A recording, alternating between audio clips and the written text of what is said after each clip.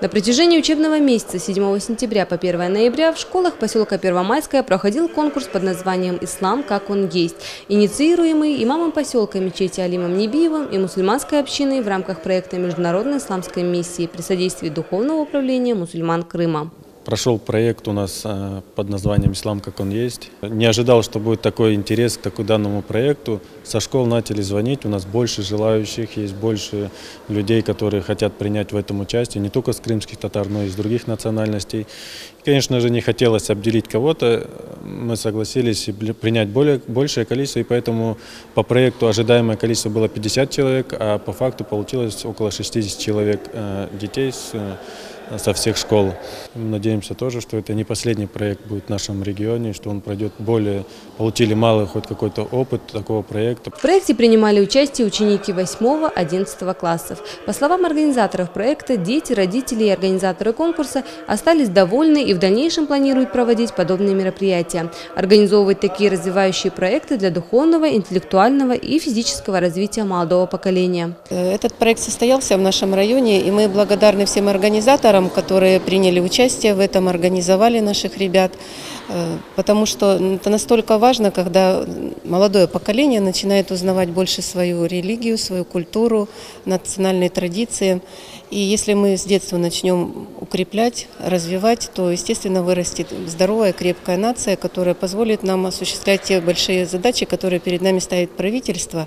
И в нашем районе это уже традиционно такие мероприятия проходят, когда независимо от национальности, вероисповедания, все ученики наших школ принимают участие в различных мероприятиях.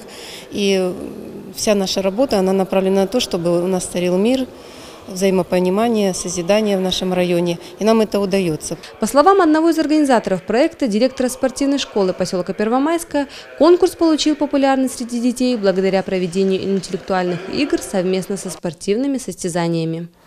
На сегодняшний день было сделано с местными имамами, уважаемым Алим, этот проект, который, я думаю, что это первые шаги, которые, я думаю, что в дальнейшем будет от этого только хорошее принесет молодежи нашего района, потому что в нашем районе и для всего Крыма, я думаю, в дальнейшем. Хотим же, кроме духовного, мы же хотим, чтобы и дети были физически здоровы.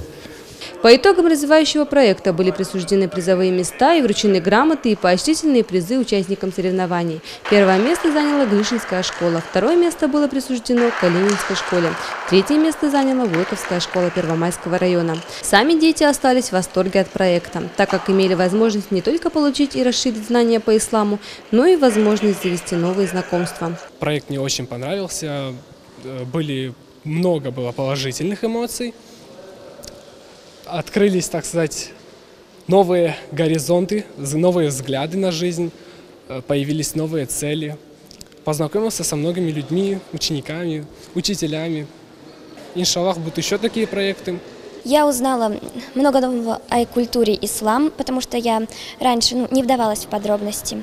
Мне понравилось участвовать, понравилось выигрывать, как и всем. Спасибо всем организаторам и участникам проекта. И я хочу выразить огромную благодарность всем организаторам, всем участникам. Нам, детям, учащимся, очень интересны такие проекты. Мы больше узнаем. Это нам помогает в дальнейшей жизни, в нашей жизни, это наши знания. Они все начинаются именно с таких проектов, с таких мероприятий.